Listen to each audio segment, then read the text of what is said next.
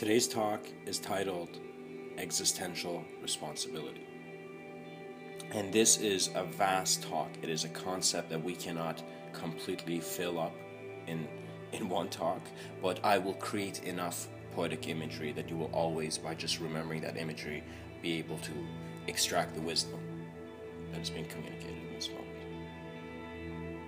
You see, human beings run their lives differently. Some human beings are inspired by form. Others are not inspired by form, and so they observe it and they go through a different sense of intelligence. When we want to look at the human being, before the human being can do anything in which he has an ability in, it must see what the human is. And so its postulates and axioms of what the human is the most important thing which is suggesting his ability.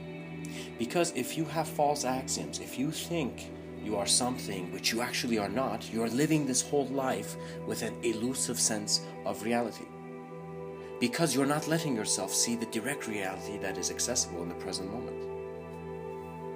So when existential responsibility comes, first find that as a being in a moment of existence, before you learn language and dive into culture through terminology and ideology, before that term comes, there's a moment where in your silence and stillness you have and know that you exist.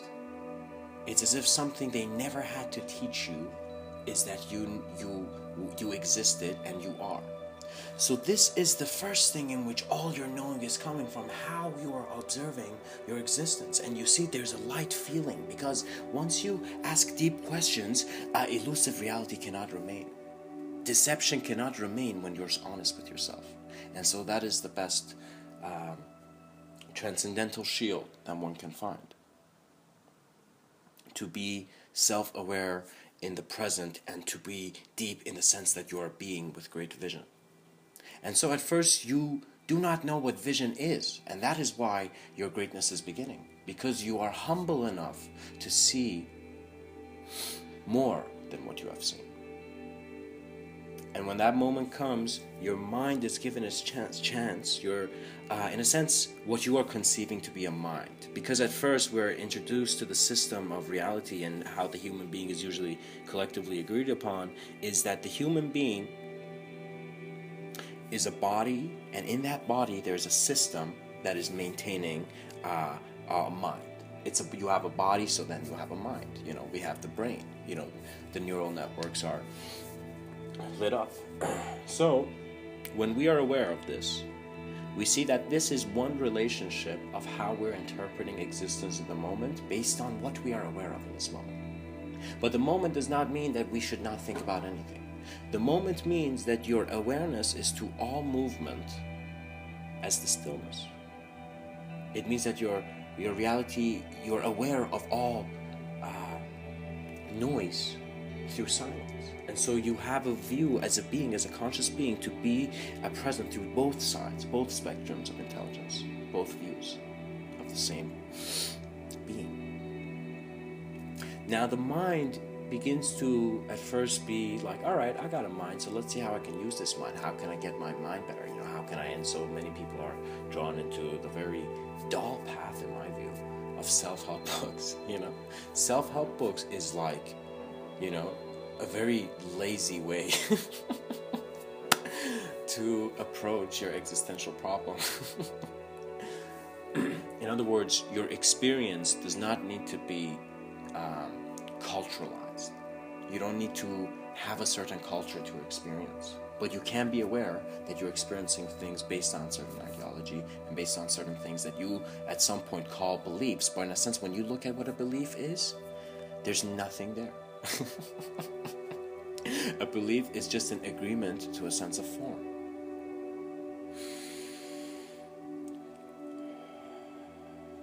Regardless of who you are, it is the task for you to observe both the relationship that you are a body, that you have a mind, which is what many of our educational systems are saying, but also that you are the mind and in which there's a body. When you become aware that there's a mind and then there's a body, your reality is not joking around anymore. It's like you're realizing everything that is happening to me, all my unique views and designs, all my preferences, all my senses of wanting to be this person. Many people say people have egos, and gosh, they go in this process of trying to get rid of egos, but don't define it. Don't define your problem, because the approach is wrong. Not the definition. The definition is just clay. The images, the relationships are clay. Opinions are just clay. It's interpretation of sound in a certain way. So our awareness is very crucial to be one that if we were sitting in a room and the blinds had just been opened, the curtains had been pushed aside, and just light beams were going on a couch, and in certain parts of the couch we would see the dance between the shadow of the light sitting right beside us in the living room. We begin to see that the depth in our gaze changes our world and gives us more of an ability to be more existentially responsible. Gives us a moment to see, all right, so my whole life I'm working and I'm doing everything and I'm running all this life process and system for, let's say, my name, right, for who I am, for Bob. Bob is just living his life for Bob, right?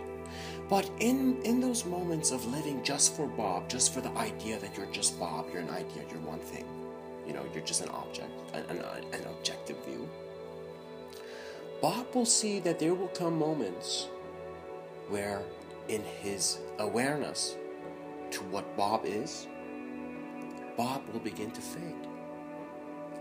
And so it is very important to see that it is up to you to choose if you want to have only the awareness of what an idea could be when you associate with it, or a name could be when you associate with it, or you can choose to be aware as if you're just alive, not as anyone that has a personality or certain characteristics, just direct awareness to what is experience. Because if we do not have vision, deep vision, we will be doing a lot of extra work. Do you know what I mean? It's like, it's kind of stupid, So I believe like there's the greatest fear for many beings who went on the path of nirvana was that, am I doing something stupid, right? But you will see that it is only a lack of confrontation that makes you think you're in a certain way. Because if you were a being who confronted not just your order in totality, but your chaos, you would begin to see you would not be bothered by ideology framing you in a certain way. And so you will know what your existential life force wants rather than what Bob wants. Okay? Bob is still there. I mean, Bob is just an approach to life and to how this life is being presented through thought. And again, it is that part of the forest where it's the body relationship thinking that it has a mind. But some parts of the forest which I speak of, it's the mind thinking that it knows that it has a body. You see, the sense of self is one where once you think about what yourself means, it's an instant co-creation in the moment. So what they forgot to tell you, or what perhaps Newton kind of missed in his third law, was that how he knew cause and effect was in an instant. Man's experience is an instant experience. His vision, his extension of vision, just like the extension of that light beam on the couch, is what gives him a spectrum in which he can have ability and inability. So there's a very thin line, which many have in ancient traditions said the veil, in which you are considering yourself an individual, in which there's a collective, there's a world, you're a small thing with an infinite world, in an infinite world. Or you are infinity in the small. And this subtlety will show you the veil. It's as if suddenly you're like, wait a minute, my room had curtains and I could have moved these curtains, and gosh, just because I didn't know what curtains were, I didn't do it, imagine, right? Just imagine that scenario in which there's an aspect of greater truth, there's a great treasure around you, It's like there's something very simply accessible to you in a very efficient way, and you're not aware of it. It's as if like you have, let's say, one of those old Nokia phones where there was those snake games, and there's an iPhone 6 right beside you, but you're not aware of it. You just don't know what it is because you are saying, "Oh my God, there's only Nokia," you know, and gosh, there's even snakes in this Nokia, you know. So it's very important to see that we must not limit ourselves to realities in which we feel we're overpowered or we're incapable. Incapability is just your interpretation in one moment of your life. Do you know how many moments you're going to be alive? Or how many ways you're going to think about your moments? And guys, it's very important because when I say moments, that's when the being first considers his space and time segment. So that means there's a past, there's a present, there's a future, right? And it's funny because once you segment space and time, it's as if your interest of the present moment reduces because you have to pay more attention in creating a sense of past for yourself and a sense of future for yourself. So your presence becomes something that's always there, but you're not paying attention to it. But if you do begin paying attention to the present moment, you will begin to see, wait a minute, something they never taught the student who thought he was a know-it-all, something which many academics forget, is that you can go read a lot of books. Imagine you can go right now and find all the books in the world and somehow have the ability to study them all and learn. Alright? How would you feel if suddenly you went back in time and you saw if someone, another version of you in that moment, always had the ability to just increase its state of being, its existential awareness, and to work with a different intelligence of knowing? Right? So when your consciousness shifts, when your self-awareness presents you,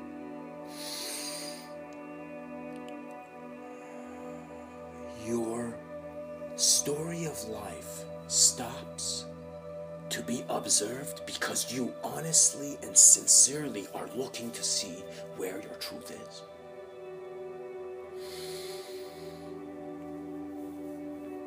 And you will see that it is very important for you to become aware of the veil that you see. It is not about what someone else knew in which you need to follow to then go to the same place. It's about you standing up, you manning up, okay? You not going to some superior being and higher being in regards to just the story way and engaging with it. You manning up existentially and being like, I'm going to know myself. Beyond the self, which is what I am aware of. And so you will see who had such a thought. The mystics, the yogis, those beings who were born and instead of going and reading textbooks, they went and looked at life. They read life. They read experience to see what the essence of man is.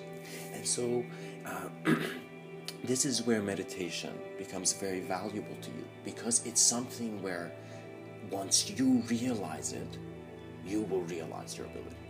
You will see, in a sense, find your realize.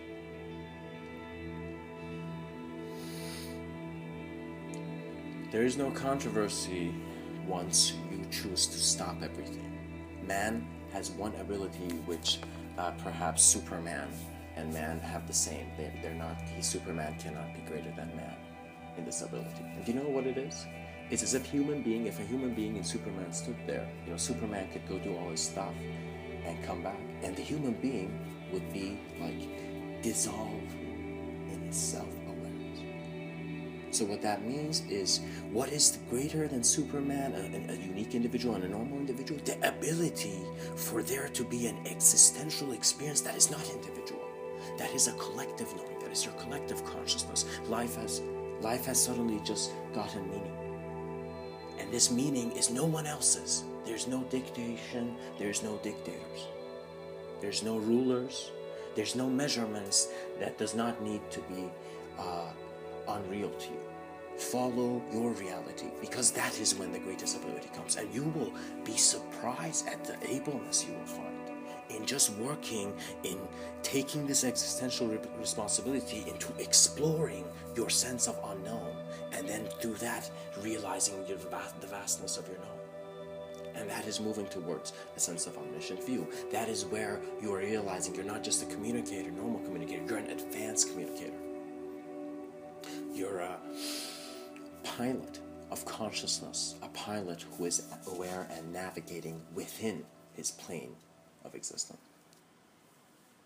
So in other words, you are so aware of reality that you are that which you are.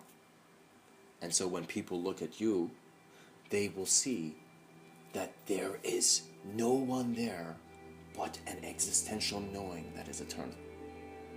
It does not matter how Bob looks. Once Bob realizes this, even when the Grim Reaper comes, let's say in many stories that they have said, the angel of death comes, you will see that you will stand there and you will know this existence and you will know the eternity, and you will see that the story was its own creation, and that when the storyteller began to speak, a character was chained to a realm he could not understand.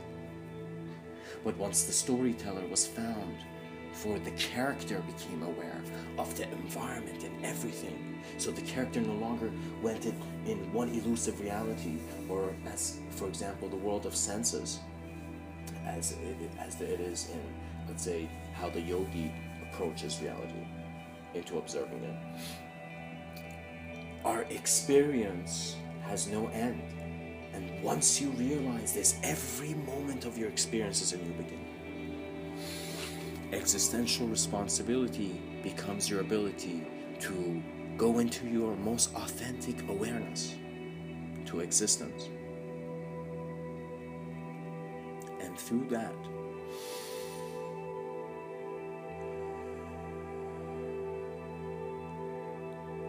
remember the ability that you do not have, there's no one who has, but that you are. So it's your natural expression, and it emanates, and life becomes so simple because there's no longer an idea who thinks it's a character in a lost story. Your experience is the story. The moment, the present moment, is the most significant area that needs to be studied by humankind.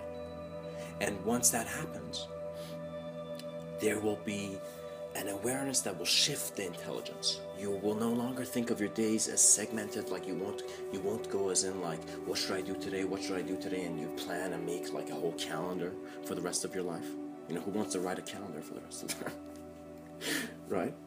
Instead, you have just found that sense of knowing where you're no longer going based on trying to be somebody based on some social standard or cultural standard or whatever sense of form that one chooses to make with clay, thought as clay.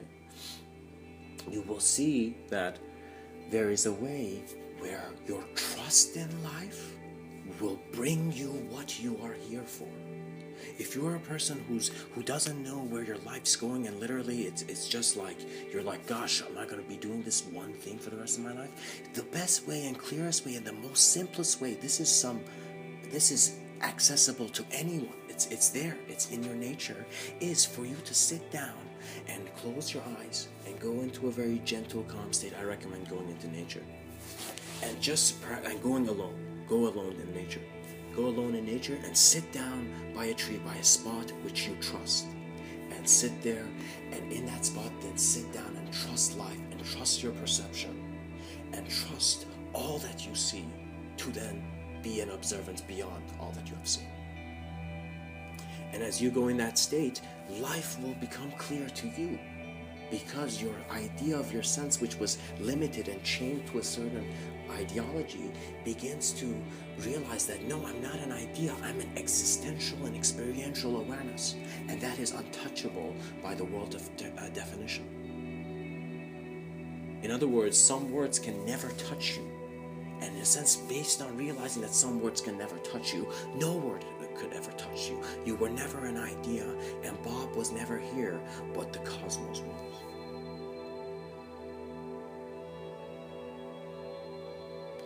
And that intelligence is known. The reason we are able to be very capable in this life is because we are aware of our ability on a very deep existential level.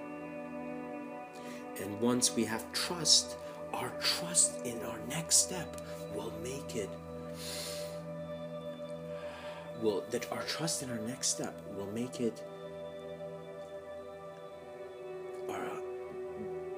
sight of our naked truth.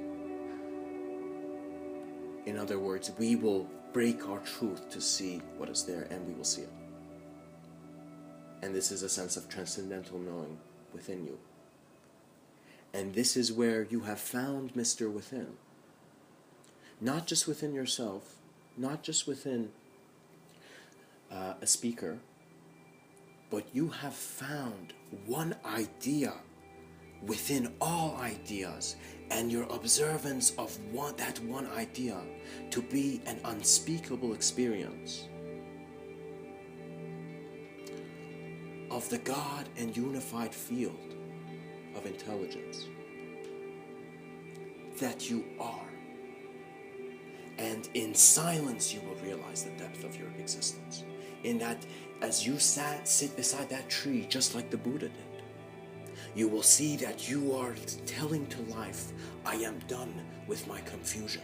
I am done with this sense of being that is wasting my life force, because it is not revealing that which I know must be revealed.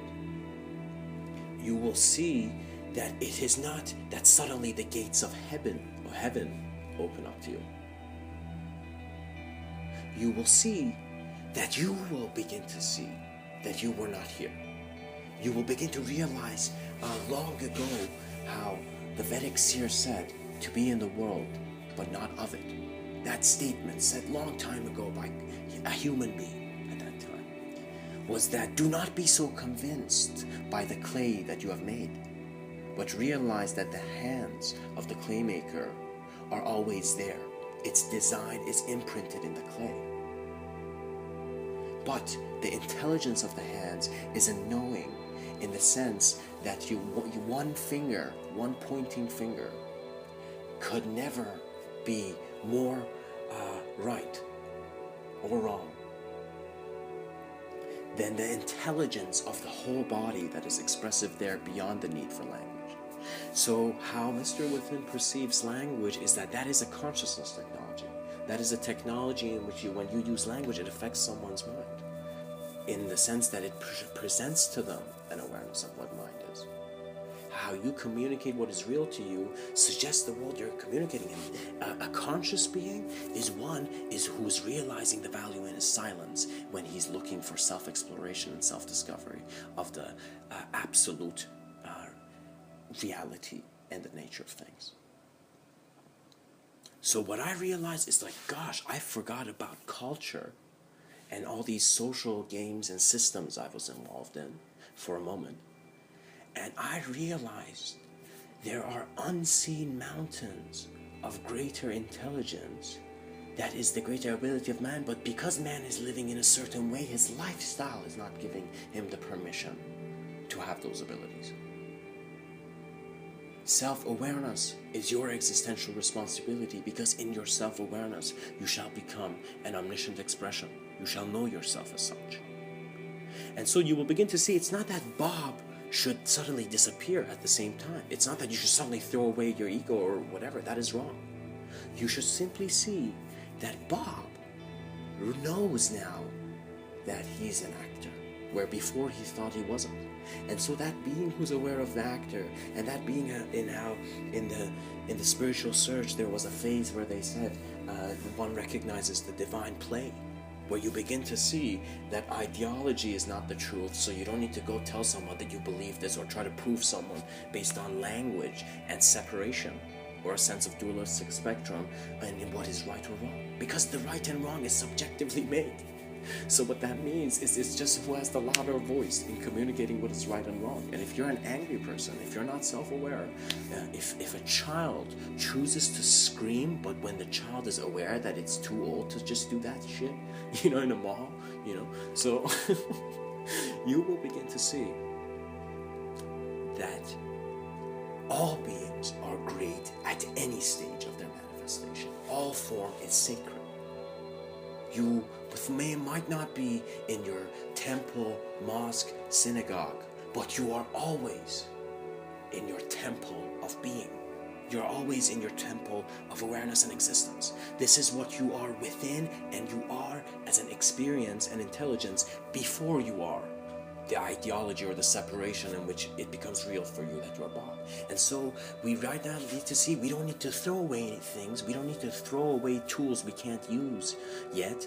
We need to expand the field. We need to become suddenly so observant. We need to suddenly say, all right, we don't know anything, let's look again. Bam, a refresh page on the browser.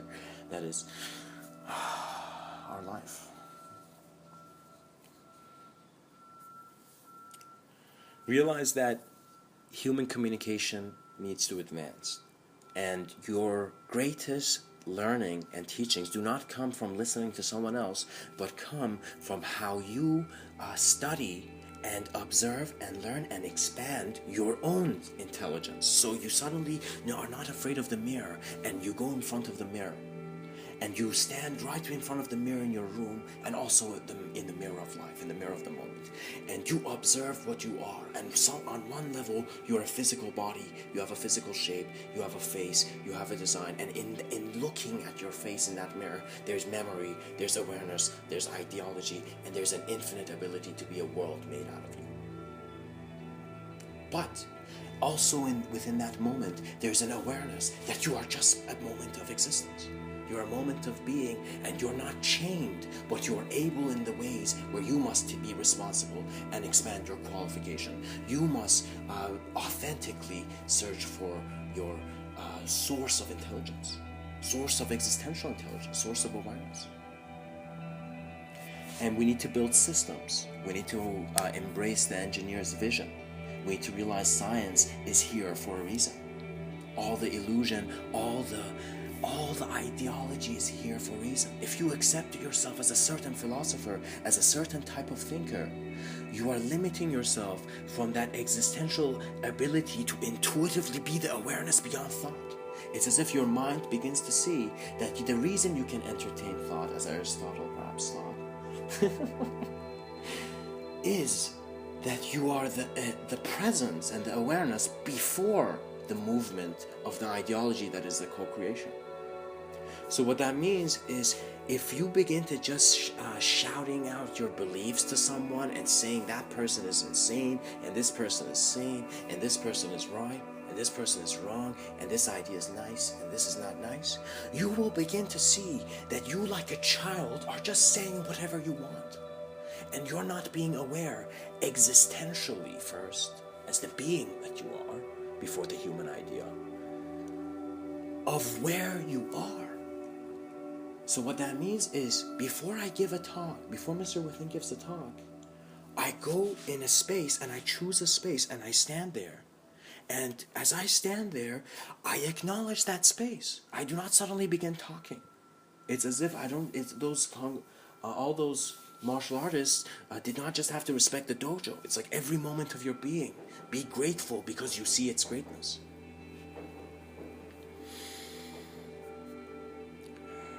And have a sense of devotion in your self-exploration. Have the sense that, as many mystics had, and how Rumi playfully said, a Sufi poet a long time ago, he was always seeking his beloved.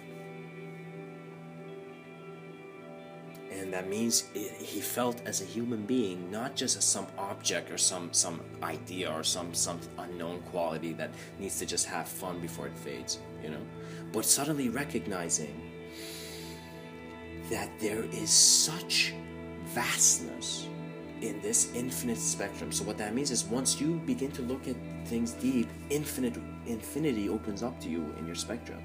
You begin to see you are also the ability to observe beyond that which you have seen. And so you begin to notice that the more silent you are, the more suddenly all these spiritual and religious and unified and collective ideas become meaningful for you. Symbols are suddenly in your awareness, to your state of being, suddenly becoming gentle, calm, and leading you to a greater source of awareness. So what that means is, let's say I was Scarface right now. I was Scarface sitting at that table in that movie scene, and I just had done a couple lines. Exactly Scarface in that movie. I would see that I have a choice right now to continue this life, or I have a choice to become aware of something that I was not before. What that means is that Scarface begins to look at the scar on his face to see how he has been defining himself has produced his immediate moment of experience. And once a being suddenly has the compassion to self, to give himself a chance to see, gosh, I've been working so damn intense, It's like once you give yourself a moment to just see, wow, this system is agitated, it's stressed out. I mean, before you say depression, gosh, it's like you're not eating healthy, you're not sleeping properly, you're not aware of anything, you don't have trust in life because you're agitated, you feel that people are not giving you enough attention. All this stuff is of a clumsy mind that is creating that for itself and then believing it is that. Don't be so convinced by your artwork, because your inspiration came from beyond it.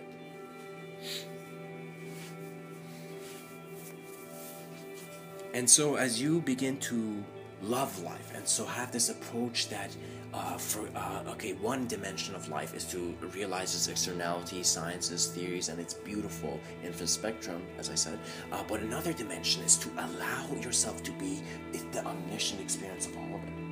So rather than being an individual in an individual search, you are an individual immediately, instantly, through your love and sincerity and honest compassion, gravitating towards that which you are. So suddenly, Rumi, this poet, as a thought, began to see that he's going to his beloved, and so anything that happened, someone could come in and slap them in the face, and he'd be like, that is a sign, because he would know that life is working with him in a way where he trusts what life will show him. And the relationship goes where it's as perhaps the Christ said, ask and you shall receive. You look to the skies, you look at life, and you do not talk to anyone. In your silence, you begin within yourself gaze through the depth and imagery of these words. That I want to see myself now in my most honest and natural presence. And when you trust what that moment reveals, you have already received your revelation. Because you had known it before. You had suddenly realized you were always that collective being. You were always the collective consciousness giving the experience of individuality, rather than an individual trying to create a collective experience. And when that reality comes, it becomes that moment where in my childhood, when I was very young, I think 9, 10-ish, I was impressed by telekinesis, right? To moving levitation and moving objects, right? And I was like, damn, that's so cool, because I wanted to clean my room then. And so it was a very profound concept for me, right? So I began exploring it, and I couldn't move anything. I mean, I would follow all this instruction, and it would be like, okay, before moving this object, before moving this ball on the table, focus on this candle and try to be the candle, right? And it would be, I'm like, and I wouldn't understand that. My consciousness was not at that point where I'd be like, what does that mean? You know? So when I read that stuff, I began seeing that on one level, individually, I was contributing to my life by saying, all right, Bob, for example, Bob is going to go do that, right? But suddenly, I also realizing that there's some things being done to Bob in which Bob is present in. And as you begin to see the memes of the ideas that present the imagery of any religious view or philosophy or any ancient text that is talking about the existence of man, such as the Upanishad, Gita, and Tibetan texts, you will see that their core came down to a moment where there was absolute knowing. So everyone lives throughout their life with a percentage of unknown and known, right? Things they don't know and things they know. And this fluctuates, but suddenly imagine you going through the path of, say, someone saying you don't know anything, and suddenly the spectrum falls. So literally you're just a being who doesn't know, and you're present. And then you get such an understanding of your moment of experience where you realize you were never the idea, but the handling of it. You are an emanation. The spark is the whole moment, not just only an individual part of the moment, which is segmented in our view. I want to tell you that when I say existential responsibility, something very important that I have studied, Mr. Within has noticed, is that in life,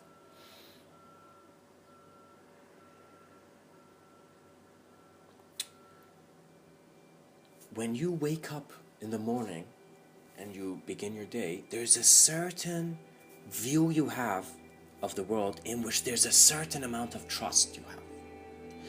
What you trust, you will know. You know, if you trust yourself, you will know all the information that comes to you. But if you don't trust yourself, you really won't know what your ideas are. You will feel stupid because you wouldn't realize it. It's as if you're looking at the corner of the room and you're like, gosh, but I feel there's more to this corner. You know, there's more to this room. So of course there's more to the room. Turn your head, you know.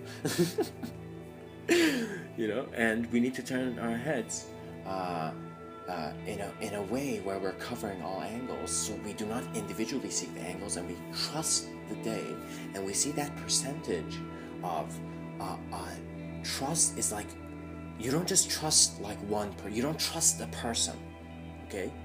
You either trust your moment of existence or you don't. That's it.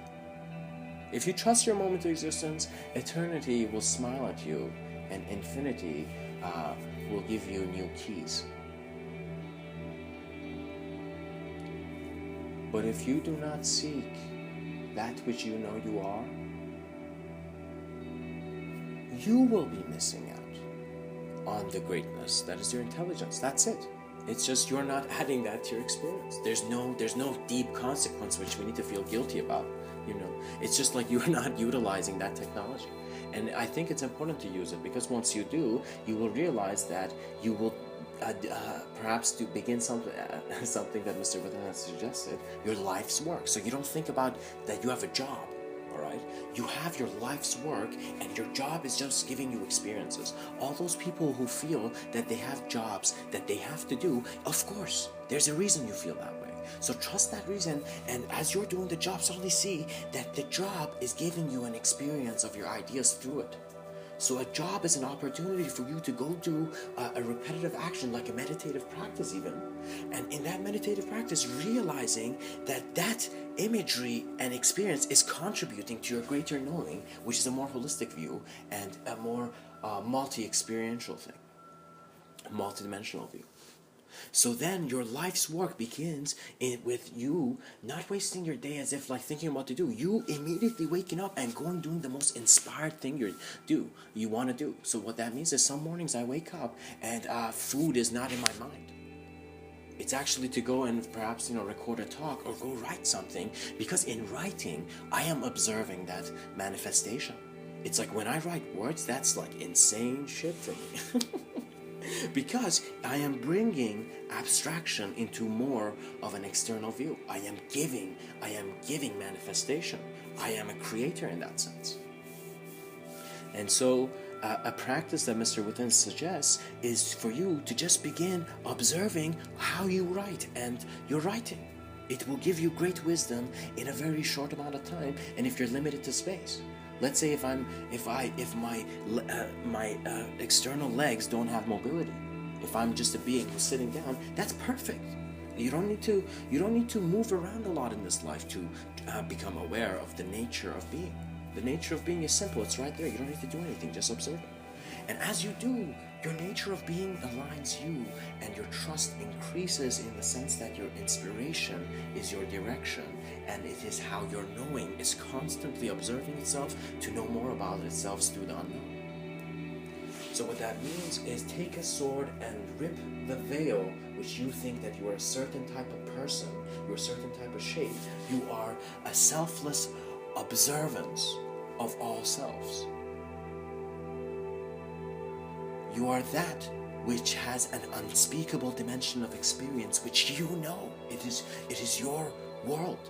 It is the origin of, for example, Bob's world, where Bob even came from, what kind of parents Bob had, what imagery Bob was introduced to, what Bob did. All these are significant. And so if you become aware of this, you become that advanced communicator which sees that the mind is the collective experience in which the body is an individual aspect of. So the body is never alone. Because right when I thought I had abandoned a friend, I realized I had abandoned myself. Right when I abandoned my expectation,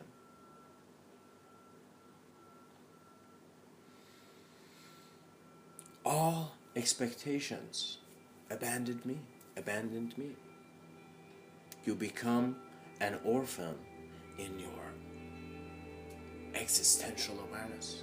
You go and you sit within moments where ideas are given such permission because you trust life to that depth of manifesting, that there's no longer a being or something that you're channeling, as many people in the New Age community talk about channelers, but there is the awareness that that imagery was just symbolizing that the collective is within the individual and the individual is within the collective, and there's no other teaching you need for spirituality, but you need a direct experience and exploration of your own experience.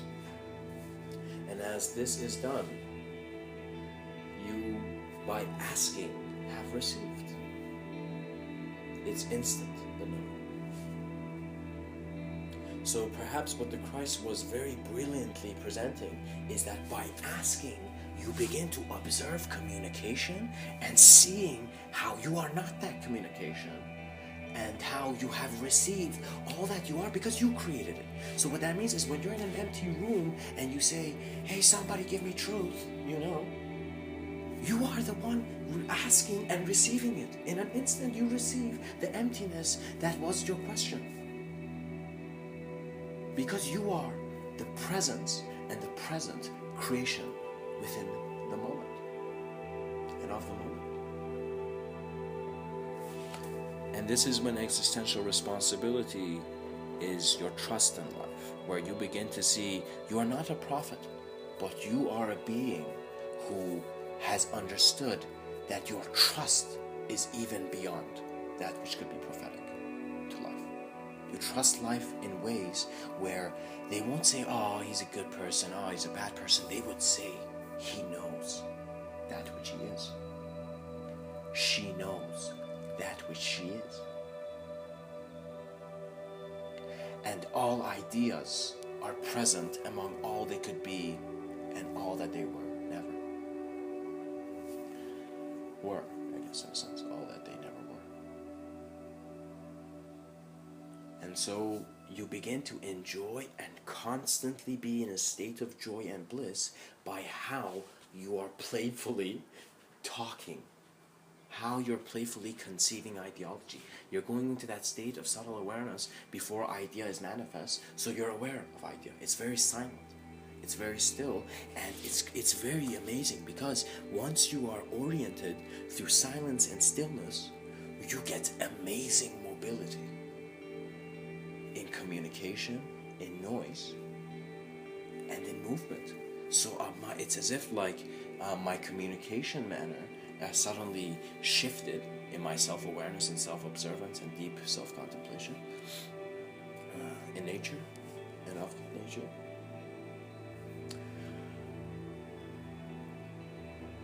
I knew that I had always known, and because I knew I had always known, there never was an idea that didn't know. There never was a confusion. There was never something there.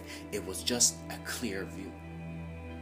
And it was clear because there was no form, idea, or image. It's as if that one moment where you're in your silence and stillness and just being aware that you are life before you are the ideas of life. Or the thinker who can't find himself. The thinker can't find himself but existence always knows where it is. And I hope this talk has served you and made you realize that you thought this talk was a catalyst. Wait until you begin trusting life and seeing the flow of your intelligence and how much that catalyzes you. You will begin to see such beauty in how numbers align for you, in how the world communicates where you need to go to then take you to where you need to be. You have become an emissary of self-awareness into guiding all to the life that is always driven by itself. So the most profoundest understanding of the sage was one where the sage was like, gosh, if I go any higher, I'll no longer be a sage. And so when a sage goes through that, you will see that sage will never ever speak that it is a sage again. There will never ever be an idea that it is a sage. It is a direct experience. And so there's a very profound Zen story which I would like to share. And this profound Zen story is one where in this village, back in the day, let's say in Japan, there was a very realized being, just a very realized being, and he was a Zen master, and he was a very wise sage, let's say. He was a wise sage, and he was in his building, and right beside his building, or where he stood, there was a neighbor who they had a very beautiful daughter. And this very beautiful daughter suddenly comes home one day pregnant. Somehow the parents are just like, oh, you're pregnant, And as they realize she's pregnant, they ask her, who is it?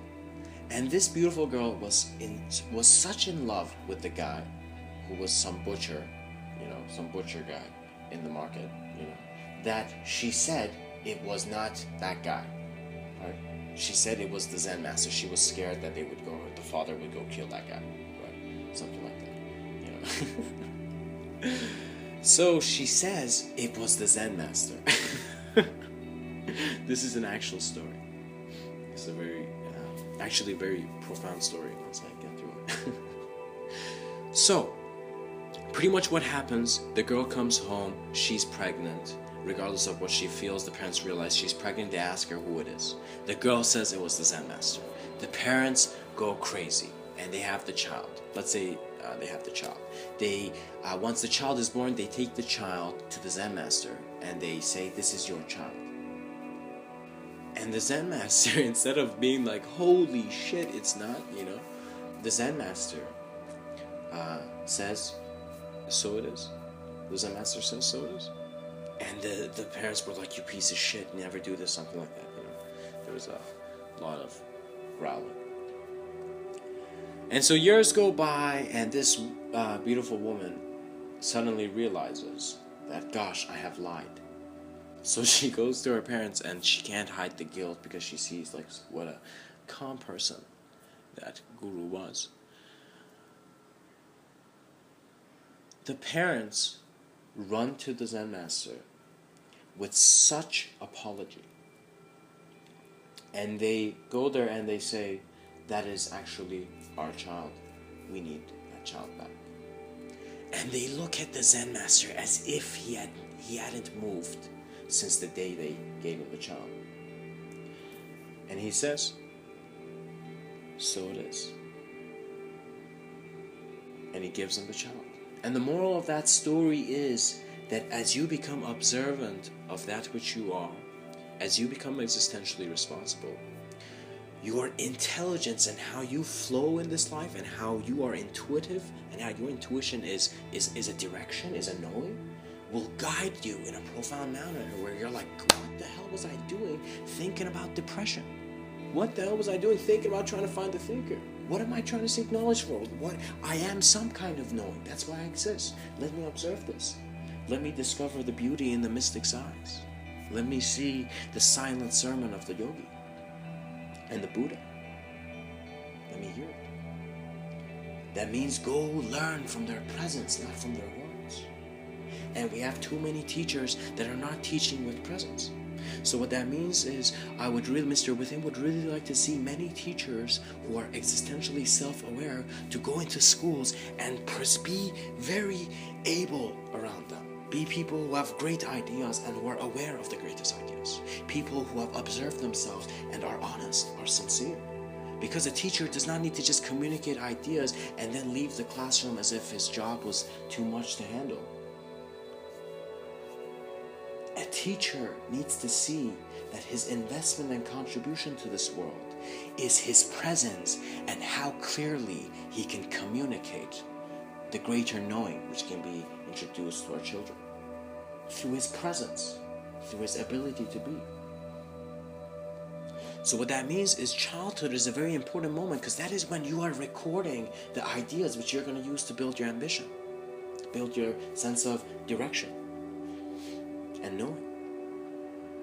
So as you become aware of this, begin spending time in nature and begin realizing that the greatest thing that you can give yourself is a moment of silence to see what you are, to realize the self-reflective aspect of this nature, and to be present within that mirror in the wall and in life, in that mirror of the moment. So what that means is you're no longer bothered by your looks. You're no longer trying to look in a certain way. You're no longer trying to tell people to look in a certain way. You are aware of sight. You are aware of the senses. They are present and they are untouched. You are always directly experiencing things. There is no illusion, and communication is just communication. And such profound self-awareness shall remind you of cosmic earthquakes, because the cosmos is at times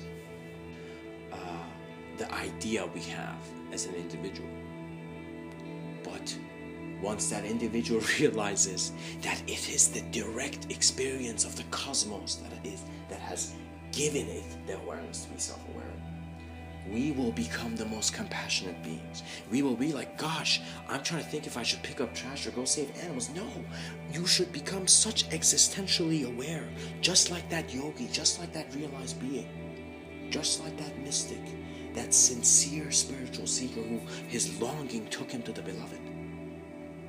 That spiritual seer of seeing what is beyond truth, and the seekers of the seers of thought, the treasure revealers that are within.